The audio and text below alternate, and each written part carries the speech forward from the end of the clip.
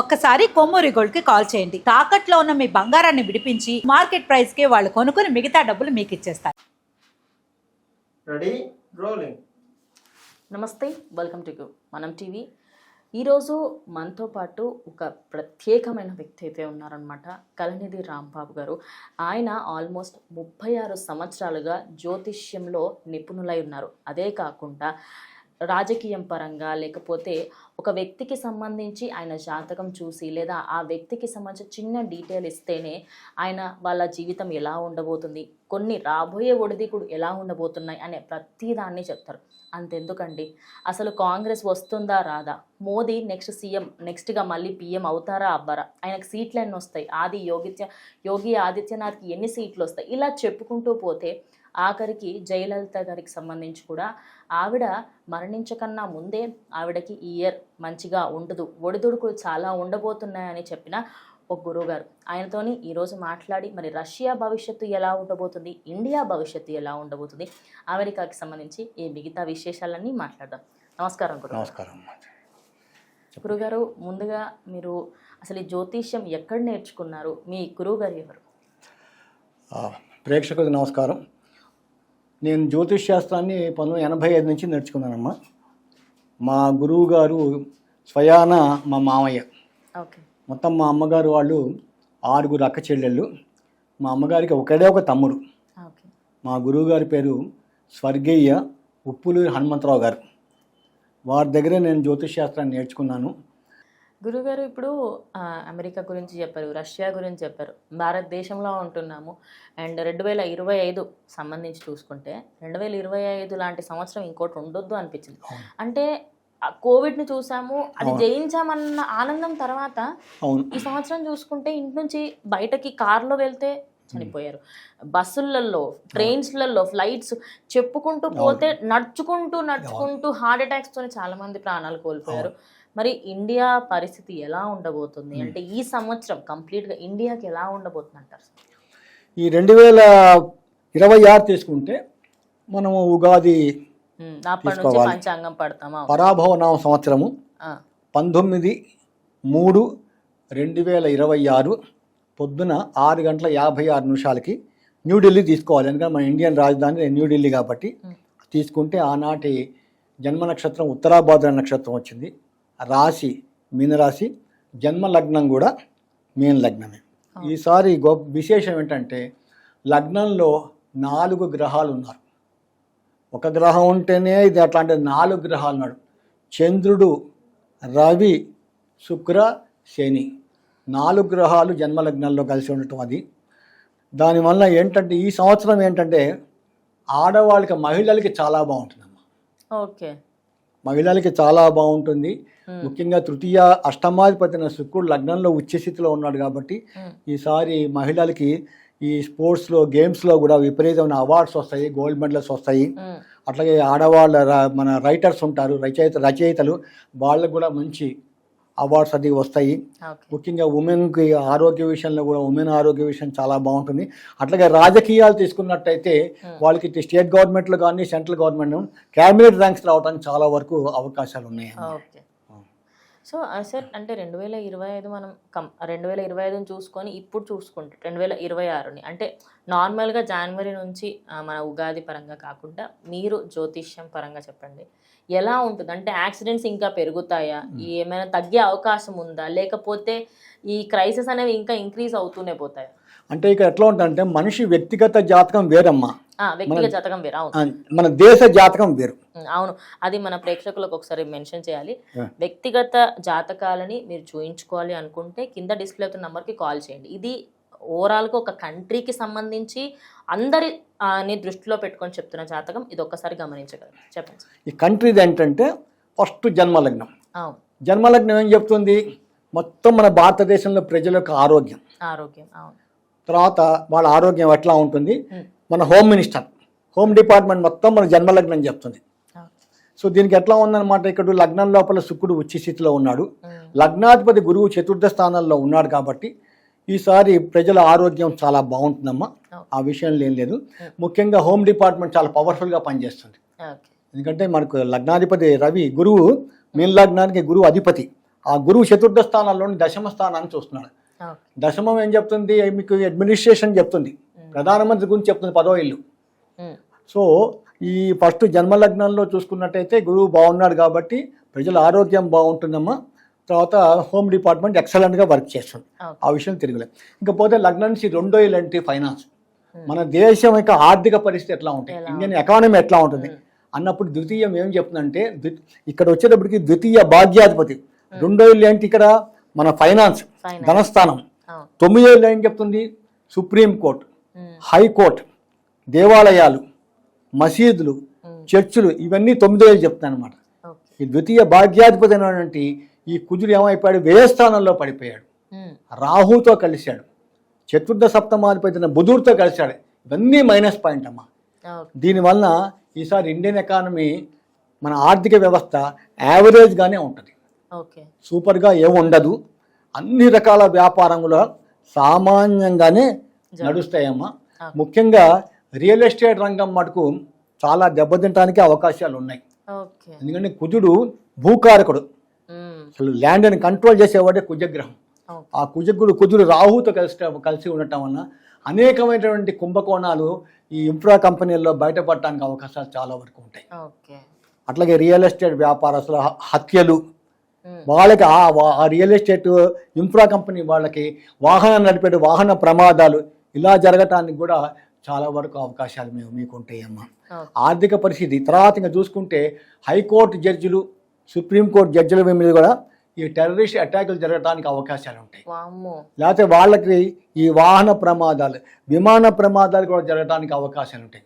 కానీ అది కొంచెంలో లాస్ట్ మూమెంట్లో తప్పిపోవటానికి కూడా అవకాశాలు ఉంటాయి. ఎందుకంటే మిథునంలో ఉన్న ఈ గురువు 9వ దృష్టి ద్వారా ఈ వ్యయస్థానాన్ని చూస్తున్నాడు. దానివల్ల కొంత ఒక 10% తగ్గడానికి మీకు అవకాశాలు ఉంటాయమ్మా. బట్ ఎకానమీ చాలా జాగ్రత్తగా ఉండాలి. ఎందుకంటే ఈ సంవత్సరం ప్రపంచం అంత అనుకూలంగా లేదు. ప్రపంచంలో కొన్ని దేశాలు చాలా బాగున్నాయి, కొన్ని దేశాలు చాలా వరస్ట్గా ఉన్నాయమ్మా. అంటే గురువుగారు ఇప్పుడు ఇండియాకి సంబంధించి మనం చూసుకుంటే, అంటే పాకిస్తాన్ కానీ, బంగ్లాదేశ్ కానీ, ఇటు చైనా, అమెరికా, అంటే 4 దిక్కులకు వెళ్ళి నలుగురు అటాక్ చేయడానికి రెడీగా ఉన్నాము, గన్లు పెట్టి ఇట్లా గన్నులు పెట్టి కూర్చున్నారు. మరి ఏమైనా ఇది ఇండియాతోని యుద్ధం చేయడానికి ఈ సంవత్సరం ఎవరైనా రెడీ ఉండి అలాంటి ఏమైనా యుద్ధ వాతావరణం చూస్తున్నారు? అంటే ఈ యుద్ధం అంటే భారత టెరిటరీ భూభాగాన్ని చెప్పేది లగ్నం నుంచి 4వ ఇల్లు. 4వ ఇల్లు ఏమైంది? మిథున్ రాశి అయింది. మిథున్ రాశికి అధిపతి ఎవరు? మన బుధుడు, చతుర్థ సప్తమాధిపతి బుధుడు వ్యయస్థానంలో ఉన్నాడు, అక్కడ గురుగ్రహం ఉన్నాడు. దీనివల్ల మన ఇండియా చాలా డిఫెన్స్కి ఇంకా డబ్బు వెచ్చించాల్సి వస్తుంది. ఇటు పాకిస్తాన్తోనూ అటు చైనాతోనూ చాలా జాగ్రత్తగా ఉండాలి. ఈ సంవత్సరం మన దేశానికి విదేశాలతోటి అసలు టర్మ్స్ ఏమాత్రం బాగుండవు, మనకి జీరో. ఎందుకంటే ఇంకా వరస్ట్గా ఉంటుంది. సప్తమాధిపతి అయిన బుధుడు వ్యయస్థానంలో ఉన్నాడు కాబట్టి ఇండియాకి చాలా వరస్ట్గా ఉంటుంది. కానీ అదృష్టం కలిసి గురువు దశమ స్థానాన్ని చూస్తున్నాడు కాబట్టి యుద్ధ వాతావరణం అంటే రాదు. నరేంద్ర మోడీ గారు చాలా చాకచక్యంగా చేస్తాడు. కాకపోతే నరేంద్ర మోడీ గారు కూడా ప్రస్తుతం టైం బాగాలేదు. భారతీయ జనతా పార్టీ కూడా టైం బాగాలేదు ప్రస్తుతం. అంటే నెక్స్ట్ మళ్ళీ ఎన్నికలలో రాలని ఛాన్స్? నెక్స్ట్ ఎన్నికల దాకా కూడా కాదమ్మా, 2027లోనే ప్రధానమంత్రి మార్పుకి అవకాశాలు చాలా వరకు ఉన్నాయి. దీనికి కారణం ఏంటంటే ప్రస్తుతం భారతీయ జనతా పార్టీ జాతకం తీసుకోండి. 6/4/1980 పొద్దున 11:40 వాళ్ళకి ఆ పార్టీ ఆవిర్భవించింది. ఆనాటి వాళ్ళ పార్టీ జన్మ నక్షత్రం జ్యేష్ఠ నక్షత్రం. ప్రస్తుతం ఆ పార్టీకి చంద్రమహర్దశ అయిపోవచ్చింది. చంద్రమహర్దశలో రవి అంతర్దశ, దాన్ని దశాఛిద్రం అంటారు. ఒక మహర్దశలో ఆఖరి అంతర్దశాన్ని వచ్చినప్పుడు దాన్ని దశాఛిద్రం అంటారు. ఈ దశాఛిద్రం ఎవరికి యోగం చేయదు. ఈ జూన్ దాకా కూడా చాలా మెంటల్ టెన్షన్స్ చాలా ఎక్కువగా ఉంటాయి మన ఇండియాలో. మోడీ గారికి కూడా చాలా టెన్షన్స్ ఉంటాయి. ఈ జూన్ దాటిపోయిందంటే జూలై నుంచి ఏంటంటే కుజ మహర్దశ ప్రారంభం. కుజుడు మిథున లగ్నానికి ఏమాత్రం కూడా యోగం చేయడు. అంటే చాలా జాగ్రత్తగా ఉండాలి. షష్ఠ లాభాధిపతి అయిన ఆ కుజుడు 6th హౌస్లో ఉన్నాడు కాబట్టి ఈ చాలా అగ్రెసివ్. కుజుడు ఏంటంటే అగ్నితత్వ గ్రహం, ఇందాక నేను చెప్పా, ఫైరీ ప్లానెట్. తృతీయాధిపతిగా ఆయన షష్ఠ లాభాధిపతి కాబట్టి 6వ ఇల్లు ఏంటి? రోగస్థానము, రుణస్థానము, శత్రుస్థానము. ఈ కాబట్టి కుజుడు మీకు చూడండి, జూలై, ఆగస్ట్, సెప్టెంబర్, అక్టోబర్కి అయిపోతుంది. అక్టోబర్ నుంచి ఈ కుజ మహర్దశలో రాహు అంతర్దశ వస్తుంది. అది ఆల్మోస్ట్గా 2027 ఓకే 27 ఎండ్ దాకా ఉంటుంది. కాబట్టి 27 జనవరిలోనే మ్యాక్సిమం నరేంద్ర మోడీ గారి కొన్ని అనుకోని పరిస్థితుల్లో ఆయన తప్పుకోవడం జరుగుతుంది. Okay తప్పుకుంటారు. Okay next Yogi Adityanath గారు భారత ప్రధాని అవటానికి అవకాశాలు చాలా ఉన్నాయమ్మ ఓకే ఆయన జాతకానికి. అట్లాగే ఈసారి ఇండియాలో కూడా ఇండియన్ ఎకానమీ చాలా యావరేజ్గా ఉంటుందండి. ఒక్క శుక్రగ్రహం ఉచ్చస్థితిలో ఉన్నాడు కాబట్టి బట్టల వ్యాపారాలు చాలా బాగుంటాయమ్మా. ఓకే బట్టల వ్యాపారం చాలా బాగుంటుంది. మహిళలకి చాలా బాగుంటుంది. ఈ సంవత్సరం మహిళలకి చాలా బాగుంటుంది. సినీ పరిశ్రమ సూపర్ డూపర్ అమ్మ. ఓకే సినీ పరిశ్రమ చాలా బాగుంటుంది. చాలా సినిమాలు ఈసారి బాగా హిట్ అవడానికి అవకాశాలు ఉన్నాయి. హీరోయిన్లకు కానీ హీరోలకు కానీ మంచి పేరు రావడానికి అవకాశం ఉంది. అట్లాగే ఈసారి మీడియా చాలా బాగుంటుంది. ఎలక్ట్రానిక్ మీడియా బాగుంటుంది, ప్రింట్ మీడియా బాగుంటుంది, సోషల్ మీడియా సూపర్ డూపర్గా ఉంటుంది. ఎందుకంటే లగ్నం నుంచి 3 ఏళ్ళు మీడియా చెప్తుంది అనమాట. ఆ మీడియాకి సంబంధించిన శుక్రుడు ఉచ్చస్థితిలో ఉన్నాడు కాబట్టి మీడియా చాలా బాగుంటుంది. అట్లాగే ప్రింట్ మీడియాలో ఒకళ్ళకి ఇంటర్నేషనల్గా అంతర్జాతీయ స్థాయిలో చాలా పెద్ద అవార్డు రావడానికి ఆస్కారాలు చాలా ఉన్నాయి. ఈసారి చాలా మంచి ఇది జరుగుతుంది. ఒక సినీ పరిశ్రమ బాగుంటుంది. ఈ media electronic media, print media, social media చాలా బాగుంటుంది. మంచి పేరు వస్తుంది. ప్రభుత్వం నుంచి కూడా మంచి రికగ్నైజ్ రావడానికి కళారంగానికి కొంచెం మంచిగా ఉంది తప్ప మిగతా వాటి అన్నిట్లో కూడా యావరేజ్ గానే ఉంటుంది. ఎందుకంటే కుజుడు వ్యయంలో పడిపోయాడు కాబట్టి ఇది మెయిన్గా యుద్ధం అయితే రాదు. కానీ చతుర్థ స్థానాధిపతి బుధుడు వ్యయ స్థానంలో ఉన్నాడు కాబట్టి మన గవర్నమెంట్ ఇంకా డిఫెన్స్కి డబ్బు ఖర్చు పెట్టి బార్డర్లో చాలా కేర్ఫుల్గా ఉండాలి. ఇటు పాకిస్తాన్తో కానీ అటు చైనాతో. ఎందుకంటే ప్రస్తుతం అన్ని దేశాలతో కంపేర్ చేస్తే చైనాకి ఎక్సలెంట్ టైం నడుస్తోందమ్మా.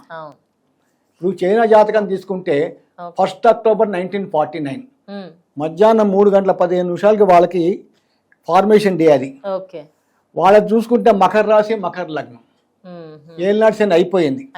ఇప్పుడు బ్రహ్మాండమైన బుధ మహర్దశ నడుస్తోంది. బుధుడు ఉచ్చస్థితిలో ఉన్నాడు.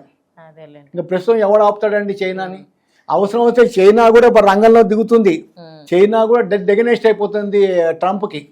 ఎటు చూసినా కూడా అన్ని కంట్రీస్ ఏకమయ్యి తుక్కు రేకొడతారు ఇప్పుడు ట్రంప్ని. ఇవన్నీ జరగబోతున్నాయి. కానీ ఎట్టి పరిస్థితుల్లో కూడా 3వ ప్రపంచం రాదు. ఇంకోటి ఆఖరికి ముగించే ముందు ఒక విషయం చెప్తానమ్మా. ఇక్కడ ఏమైందంటే ఈసారి మన ఉగాదికి పరాభవ నామ సంవత్సరం ఇందాక మీకు చెప్పాను 19/3/2026 పొద్దున 6:56కి. ఆ సమయంలో మనకి మీన రాశి మీన లగ్నం అయింది. 6వ ఇల్లు ఏమవుతుంది? మీనము, మేషము, వృషభం, మిథునం, కర్కాటక, సింహం. సింహరాశిలో కేతు ఉన్నాడు. సో సింహరాశిలో కేతు ఉన్నాడు కాబట్టి కేతువు తెలియని కొత్త రోగాలు ఇవ్వడానికి అవకాశాలు ఉంటాయి. సో ఈ సంవత్సరం ఏంటంటే మొత్తం ఆరోగ్యపరంగా ప్రపంచం మొత్తంలో కూడా ఈ కరోనా లాంటి కొత్త వ్యాధి రావడానికి అవకాశాలు ఉన్నాయి. దానివల్ల చాలా జనాభా నష్టపోవడానికి అవకాశాలు ఉన్నాయి తప్ప ఎట్టి పరిస్థితుల్లో కూడా 3వ ప్రపంచ యుద్ధం వచ్చే ప్రసక్తి లేదమ్మా. 3వ ప్రపంచ యుద్ధం ఎప్పుడు వస్తుందంటే 2032 నుంచి మన ఇండియాకి కుజమహర్దశ అయిపోయి రాహుదశ వస్తుంది. 32 నుంచి 35 ఆ మధ్యకాలంలో 100% 3వ ప్రపంచ యుద్ధం వస్తుందమ్మా. అప్పటిదాకా అసలు భయపడాల్సిన అవసరం లేదు. నమస్కారం. Thank you. సో చూసారు కదా, ఇది ఇవాళ వీడియో. ఇంకో వీడియోతో మళ్ళీ కలుస్తాం.